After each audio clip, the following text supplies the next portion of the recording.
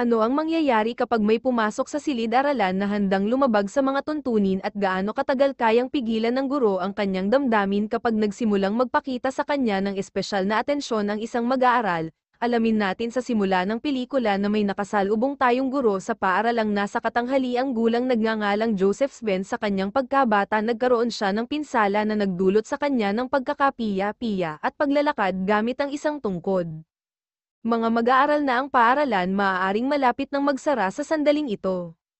Isang bagong 18 anyos na estudyante na nagngangalang Catherine Wheeler ang pumasok sa klase na maaaring. Ikaw ay Catherine Wheeler. Pagkatapos ng trabaho tinalakay ni Joseph ang pagsasara ng paaralan kasama si Rosalie, isang balo na namatayan ng asawang si Joseph ang nag-aalaga siya at nagplano pa na pakasalan siya kinaumagahan. Isang lalaking nagngangalang Nathan Wheeler, isang retired major, at dumating ang tatay ni Catherine sa Joseph's farm. Hindi ito Swedish, gusto niyang sumakay sa kabayo ni Catherine sa kwadra ni Joseph at kahit na handang magbayad ng $175 sa isang buwan. Siyempre pumayag si Joseph. Maya-maya ay pinaandar ni Joseph si Catherine at sinabi sa kanya na ito na ang kanyang huling taon bilang isang guro. Tinanong niya kung ano pa ang maaari niyang gawin, ngunit hindi alam ni Joseph kung paano siya isagot at ipinangako niyang malalaman niya na sa sandaling ito ay nagsisimula siyang magkaroon ng hindi naangkop na pag-iisip. Mamaya noong araw na iyon, binisita ni Dr. Evans ang ina ni Joseph upang dalhan ito ng gamot. Ipinagtapat niya kay Joseph na lalala lamang ang kanyang kondisyon at ilang buwan na lang ang kanyang mabubuhay. Mas mabuting manatili siya sa ospital. Kinabukasan, pagkatapos ng trabaho ni Joseph sa kwadra at hinahanap, tahimik na naghihintay sa kanya si Catherine sa the loft. Alam mong nandito ako, tama ka? Sumama siya sa kanya doon kung saan ipinahiwatig nito ang damdamin nito na sinusubukang kunin ang atensyon nito sa pamamagitan ng banayad na kilos. Kaagad na umalis si Joseph na gustong manatiling tapat sa kanyang mga prinsipyo. Gayunpaman, pagkatapos ng ilang sandali, pagmuni-muni, napagtanto niyang naging monotonous ang kanyang buhay at marahil ay hindi makakasakit ang pagdaragdag ng kaunting pananabik na bumalik siya at nagbahagi sila ni Catherine ng isang espesyal na sandali ng pagiging malapit. Makalipas ang ilang araw ay ipinaalam ng lupon ng paaralan kay Joseph na dahil hindi niya natapos ang kanyang mga kurso sa pag-unlad ng propesyon na hindi niya maituturo sa mga paaralan ng lungsod. Hindi naabala si Joseph dito. Sinabihan ni Joseph ang mga miyembro ng lupon at umuwi. Mamaya si Dr. Evans ay bumisita kay Joseph at sinabi sa kanya na ang Major Wheeler na mahilig din sa pangangaso ay nakakita ng coyote sa lugar na Evans. Nagpa siya na iregalo kay Joseph ang kanyang rifle sa pangangaso dahil matanda na siya para manghuli sa isa sa kanyang mga aralin.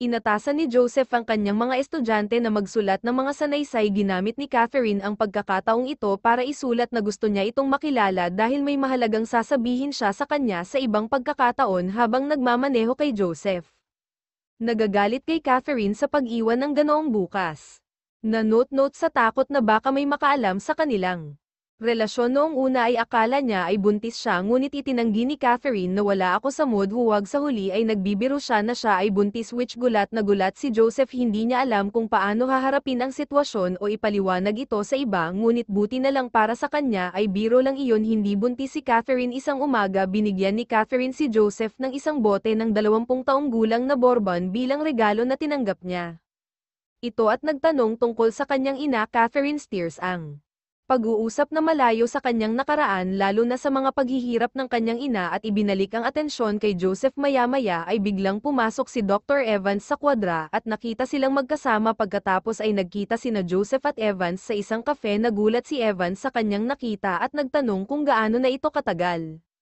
Sinasabi sa kanya ni Joseph ang lahat at binalaan siya ni Evans na kung hindi niya ito tatapusin ay magkakaroon siya ng mabibigat na problema. Bukod pa rito ay si Joseph ay may Rosalie na naghihintay sa kanya na mag-propose. Pagkatapos ng party ng paaralan ay iniimbitahan ni Rosalie si Joseph sa kanyang tahanan upang gumastos magkasama sa kama gaya ng gusto niya, ngunit tumanggi siya at umalis si Rosalie na nasasaktan nang umuwi si Joseph. Binanggit ng kanyang ina na alam niya ang tungkol sa relasyon nila ng batang si Catherine at tinanong kung hanggang kailan ito magpapatuloy. Maswerte na naman si Joseph habang umiiwas siyang sumagot kapag ang kanyang ina Nagsimulang sumama ang pakiramdam pagkatapos ng mga salita ng kanyang ina. Sa wakas ay sumasalamin si Joseph sa kanyang ginawa at pagtitipon ng kanyang sarili. Pumunta siya kay Rosalie upang humingi ng tawad. Ipinaliwanag niya na ang huling pagkakataon na tinanggihan niya ito ay dahil ang kanyang ina ay nangangailangan ng tulong. Gayunpaman si Rosalie ay naghinala na hindi ito totoo. Joseph pagkatapos ay binibigyang katwiran ng kanyang sarili na nagsasabi na ang mga taong kaedad niya ay dumaranas ng mga pagbabago at napagtanto na hindi nila nagawa ang tunay nilang gusto.